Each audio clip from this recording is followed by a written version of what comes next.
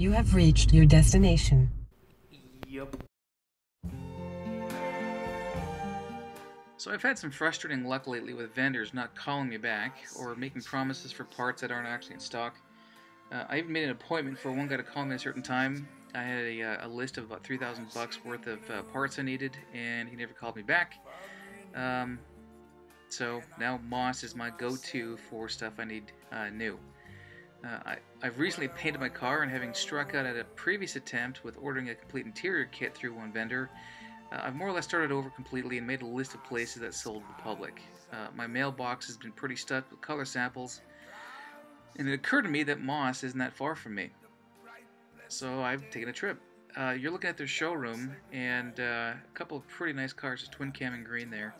Uh, they don't actually allow me to take pictures or video of the interior of the facilities. You know, their warehouse. They've got what 220,000 square feet of stuff, and I was dazzled. But yeah, okay, it's their business.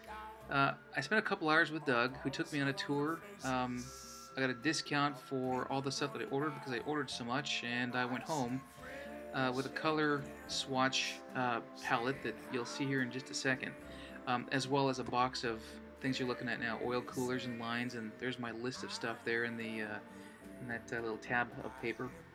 There it is, more. And I was favorably impressed with these two colors here. This blue is for the seats, I think, and the gray for the piping.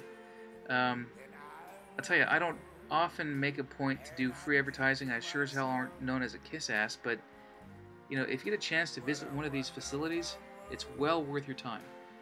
Doug was a font of knowledge. All the other folks who worked there were courteous. Even the phone bank guys poked their head out to say hi.